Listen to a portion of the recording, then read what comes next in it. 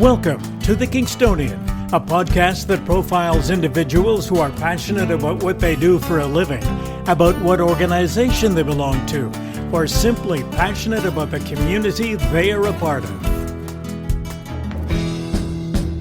Hello there, and welcome. My name is Dave Cunningham. I'm sure many of you have seen Cirque du Soleil and been amazed by the performers doing aerial routines on hoops and silks. Ever think about learning how to do some of that art? Well, you can. As a matter of fact, any member of your family can. The place is Kingston Circus Arts. Our guest has a passion for performing and teaching circus arts to bodies of all shapes, sizes, ages, and situations. Her name is ERIN Ball. ERIN, welcome to the program. Thanks for having me. We're going to talk about a bunch of things that you are involved in, and you are the owner and operator of Kingston Circus Arts. And this is a business that you've had for a bit, but I want to go back to the time when you decided to do this kind of thing, the circus type of performing. How did that all start? I was teaching yoga and doing some personal training and just really enjoy movement in all forms. And it was actually at a buskers festival here in Kingston. I was watching a couple do partner acrobatics, and the flyer was doing a handstand on the bass's arm, and I just thought that was the coolest thing that I had seen, and I knew in that moment that that was what I wanted to do. So I started looking into training, and I found out that there were places to train all over, and I went to Toronto and started there and found aerial arts and was totally hooked. Let's talk a little bit about aerial arts, because I don't know that people might be clear on just what that is. So describe some of the things that you would do. Sure. So I initially found trapeze, so that's a bar hanging from two ropes. And a lot of the movement on it, there's like a combination of rolling around the bar, being up in the ropes. It's a combination of strength and flexibility, dynamic movement. And then I found aerial silks. It's not actually silk, aerial fabric. And that is the two pieces of fabric hanging from whatever the rigging is. There are aerial hoops, rope, straps, sling, all kinds of invented apparatuses. Some people would be familiar with the silks and people climbing the silks. I don't know what the terminology would be, but intertwining the silk around their legs or hanging upside down or that sort of thing. So describe some of the movements. I know that some people may have seen this on television or online or something like that, but just the movements that you would do on the silks, just out of curiosity. Sure. Yeah, it's typically, as you said, climbing. And then there's often wraps around different parts of the body, feet or knees, waist. And then there are static positions and spinning and then wrapping up and dropping quickly from the top to the bottom. So when you decided to take this on and start doing this sort of thing, was it because you wanted to pursue a career in performing, or because you wanted to do some strengthening or conditioning, or how did it all work? I think initially it was about the movement, and over time, after training for a number of years, I became interested in the performance side. Okay. And so at some point you decided to teach. Yeah, so I was looking for a place to hang my trapeze in Kingston, and a gymnastics club here agreed to let me have a space. And after training for a while, people started asking me to teach. And eventually I started doing that. And then you bought the business, or started the business. Initially, the business started out as Twisted Circus Arts, and that ran, I believe, 2011. It started out as a yoga company, actually, Twisted, and then became more circus-focused in 2011, and that ran until 2014. Now, let's describe the location that we're in. We're in your facility here, and it's a big room. It's a concrete room, if you will. How high are the ceilings? The ceilings here are 20 feet. So they're 20 feet, and you have all sorts of rigging hanging from the ceiling. Hanging from I-beams, yes. For people to practice on, to learn how to work the various apparatus. What kind of students do you have coming here? Like, is it popular amongst men versus women, older versus younger? Describe your clientele, if you will.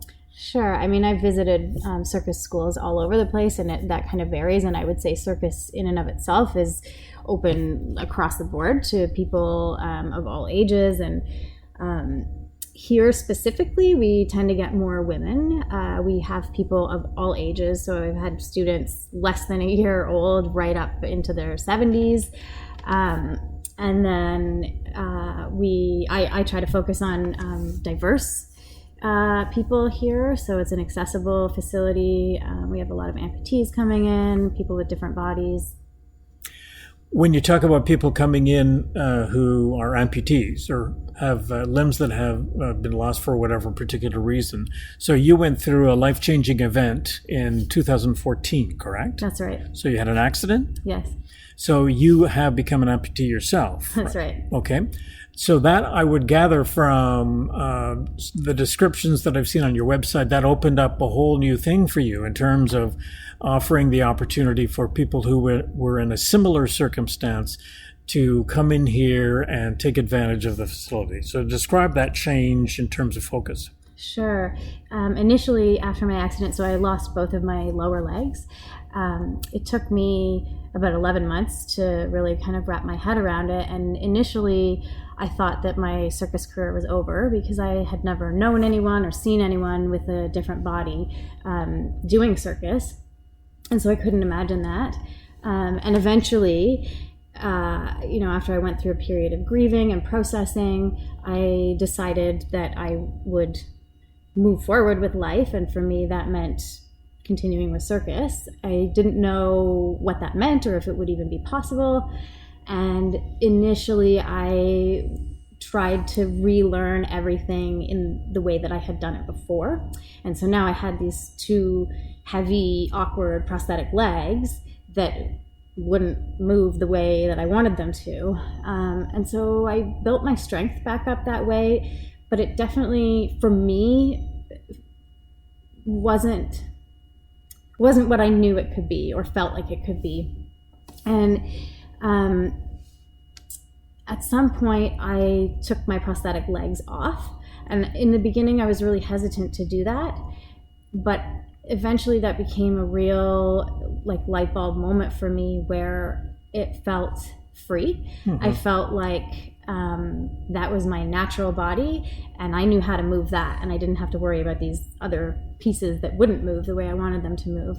So I feel kind of fortunate in that I had been doing circus before, and so I knew kind of where I wanted to go with some of the things, and then it was just about finding different pathways. So for example, before there had been a lot of ways that I was using my feet to tie different knots and wraps with the silks that was not accessible at all with the prosthetic legs. And I found that without the legs on, I could use my inner thighs and just use different orientations. For example, some of the things that I used to do in an upright position, I could access them if I went upside down.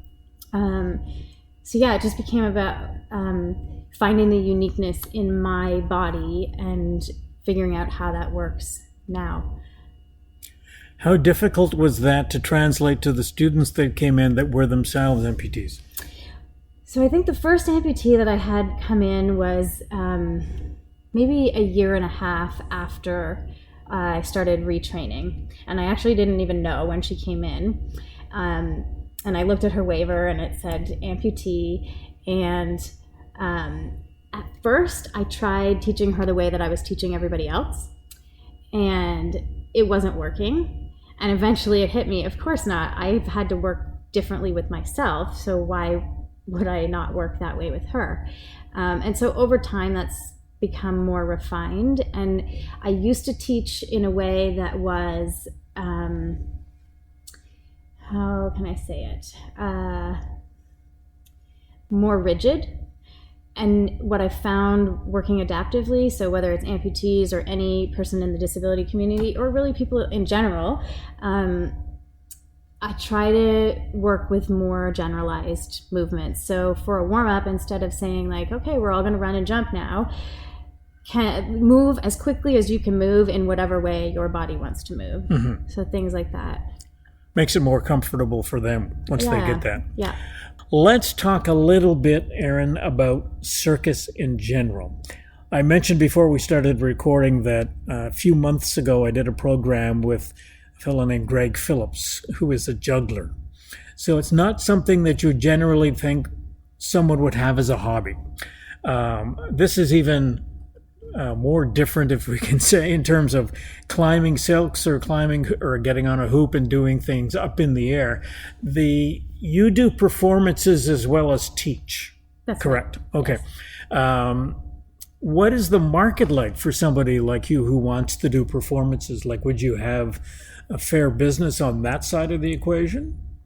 I do. A lot of my performance now is based around representation of disability on stage and telling stories around my accident. And so I go to schools and perform. I get invited to festivals. I do a lot of work within the disability community. I have done corporate events. Yeah. So it's motivational to a great degree in some respects. Some of it. Okay. So do you travel far afield to do these demonstrations and performances? In December, I was in Mexico, in Guadalajara. Oh. That's a fair distance away. Yeah, okay. I went to Prague a couple years ago as well. So there is an opportunity for you to demonstrate your skills and talk about the topics that are important to you. You put together a manual and a workshop or a series of workshops back in 2017 called Flying Footless. Can you talk a little bit about how you came to do that and what it's all about? Sure. Flying Footless started because I was going around and trying to take classes myself and trying to figure out, what worked in terms of coaching people with different bodies. And I found, and I myself had been in this position before my accident, I didn't really understand what would work to work with the disability community. So Flying Footless initially started as a way to work with lower limb amputees because that was my area of expertise. And over the years, it's grown into kind of general accessibility. I've worked with lots of different people, and I find that a lot of the guidelines that are in the course apply across the board.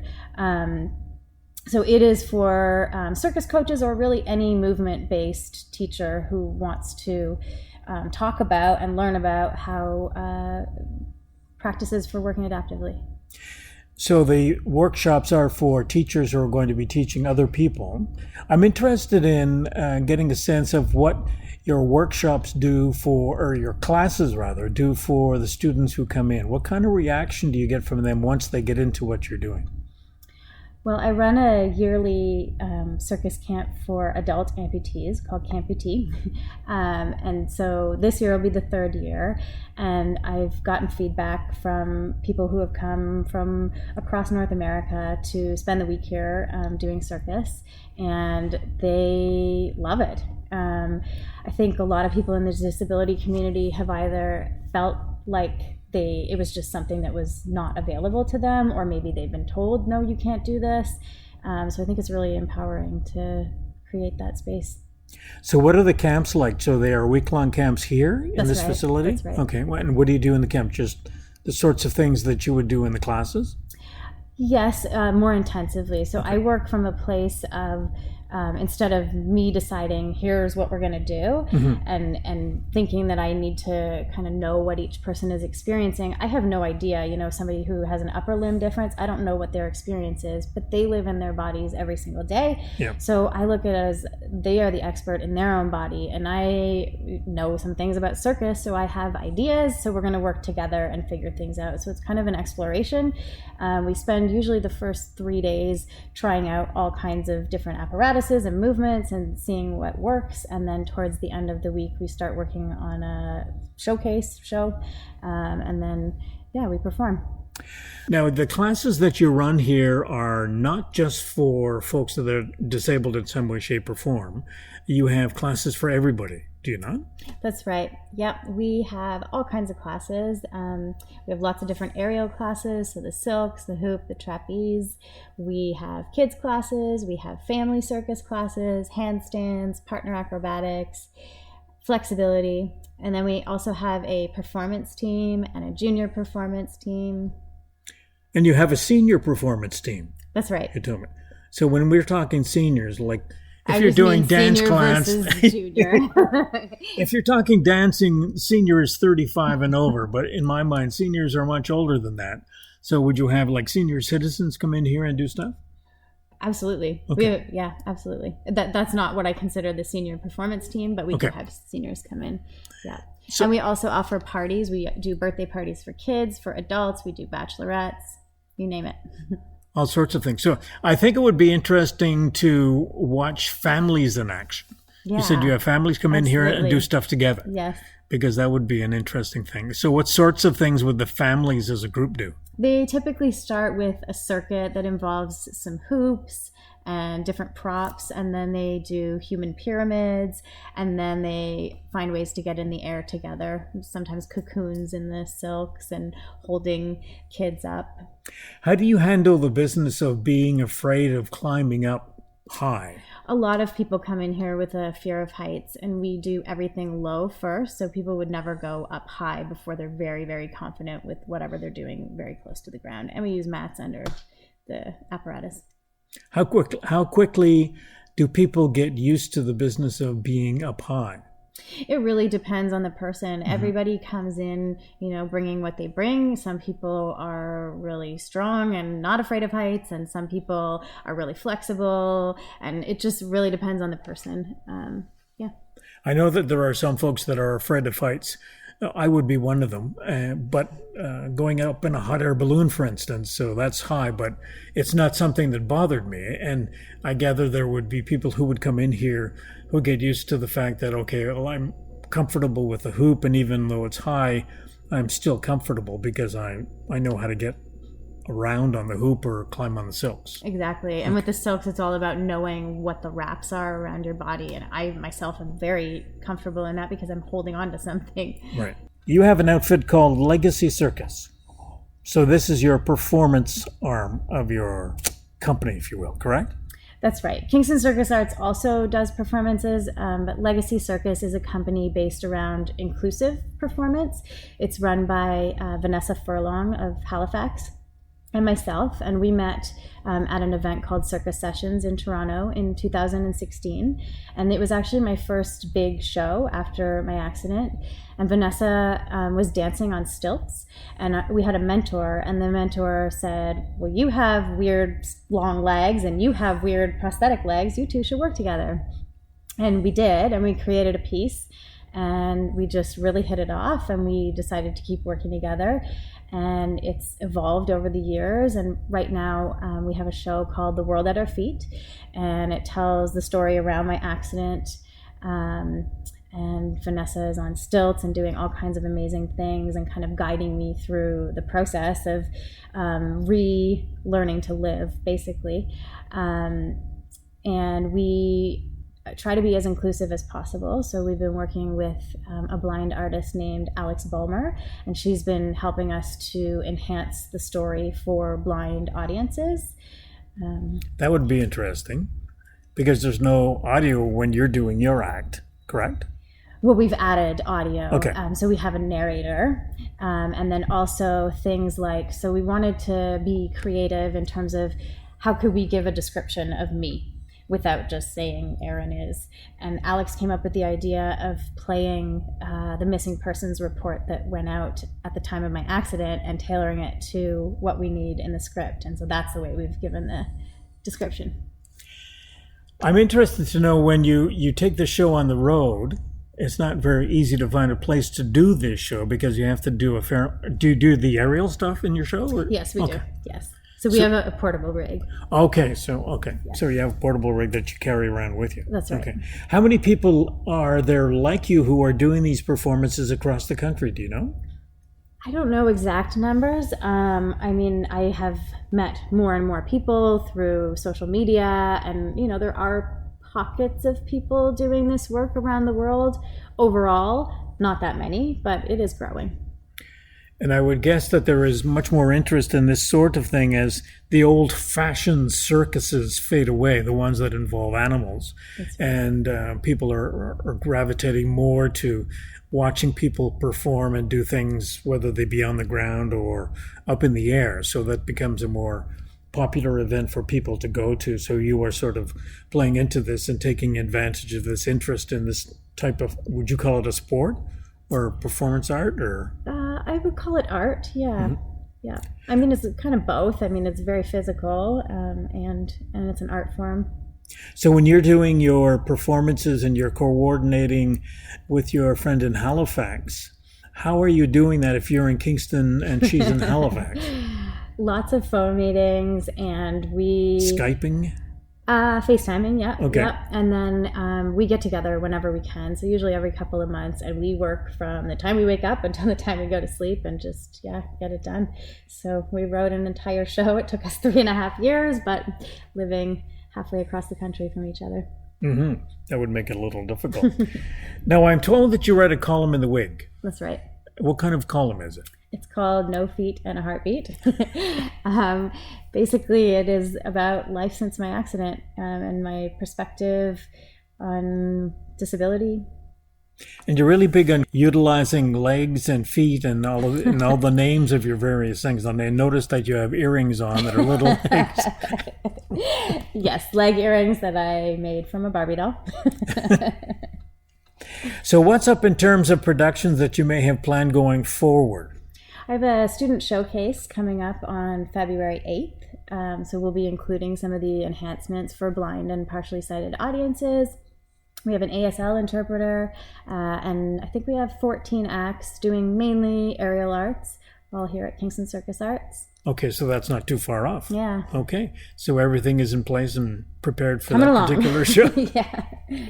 Okay, we want to thank you very much for taking the time to chat with us and tell us a little bit about what you're doing here, and all the best. Thanks so much for having me. Okay.